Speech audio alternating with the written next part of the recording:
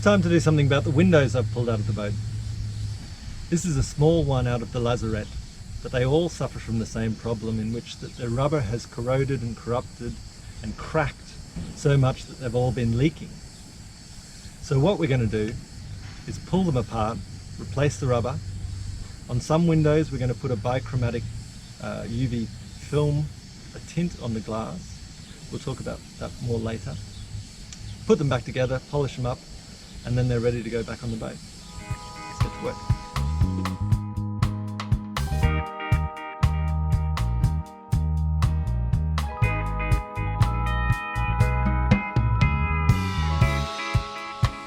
Well, that went really well. Got all the screws out without snapping them or stripping them. The frames are looking good. Got all the old rubber out of them, all the old sealant off them, polished them up a little bit. They're in good condition. The glass is looking good. I'm going to take this home now and put a tinter on it. See you there.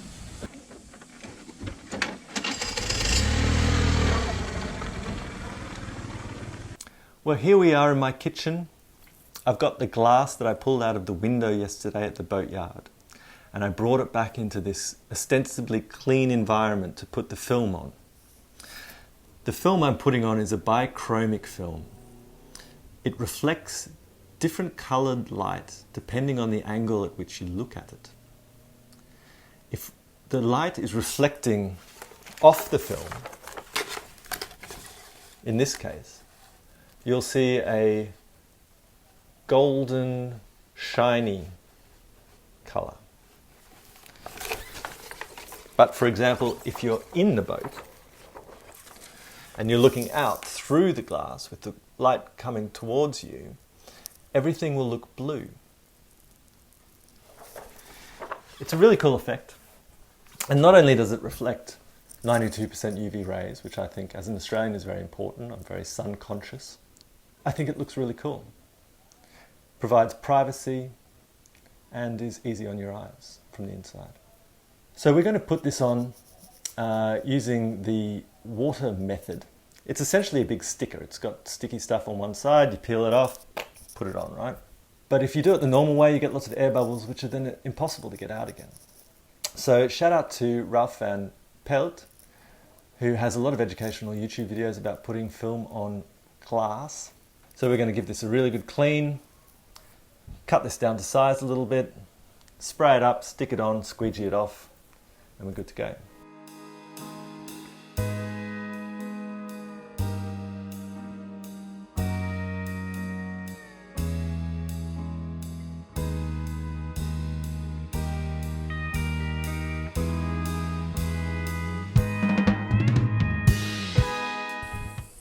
Well, here we are back at the shop, back at the boat, back at the tent. We've got our piece of glass that we put our dichroic film on it. We've got our frames all cleaned up and ready to go back together. And we've got some new rubber seal for the window.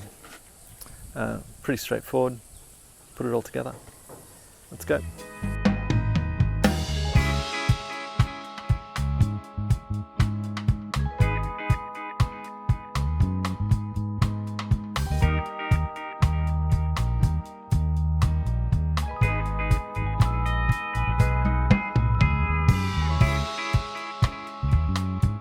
So I've just jumped up on the boat and placed the window in the hole that it's going to be to show you what it's going to look like. And this is the effect. I've got all these different funky colours, mostly blue, but on the fringes we've got yellow and pink. I think it looks pretty cool. We'll just jump outside. And this is what it looks like from the outside. Bit of privacy, UV protection. I like it. It turned out really well. Well, that was a great success. I'm really happy how that turned out. Only 12 more to go. Let's get back to work.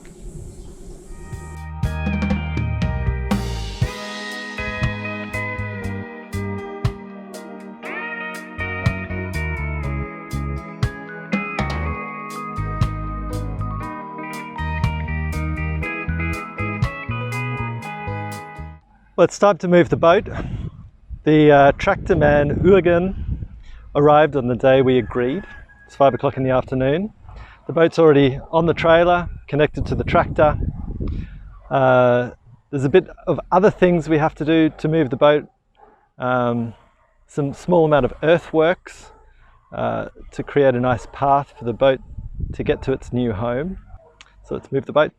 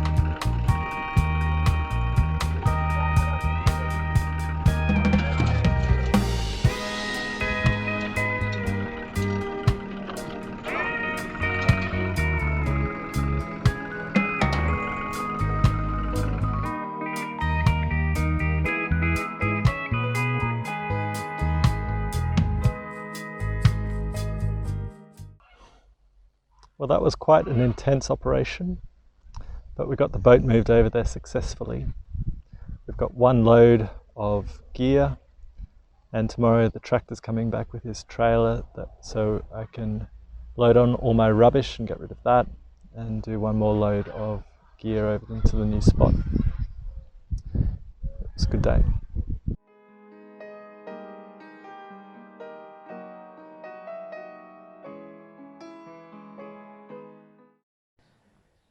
Well, that's all done. I'm sweating like I walked through a thunderstorm. Boat's moved, all my stuff's moved, and the rubbish is gone. The good trifecta. The boatyard owner cracked the shits a little bit because I think I wasn't paying him enough rent. He felt a bit ripped off and demanded that I get rid of my rubbish, even though the boatyard is full of rubbish. But I had to get this farmer back with his agricultural trailer and load up all that stuff. He was a trooper. He's probably like 60. Didn't seem to affect him, but I managed to get some sort of heat stroke. I feel like I want to vomit. Now I have to spend another couple of hours working, stow all the stuff so the sheep and the chickens and the ducks don't eat it. The chickens love eating insulation. There's something wrong with them eating styrofoam. They love it. So I got to try to keep it away from them.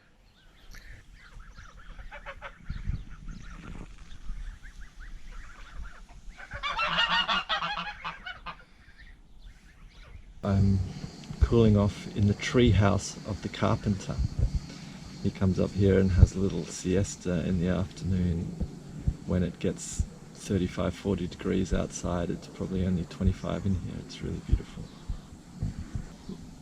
Well, next week hopefully we'll find the Kumlama man, the sandblaster man, and we'll finish that off and start and do a bit of fiberglassing of the bilge and start rebuilding the engine bay. If you've liked this episode, hit the like button, really helps. Smash the subscribe, turn on the bell so you don't miss anything, and I'll see you next week.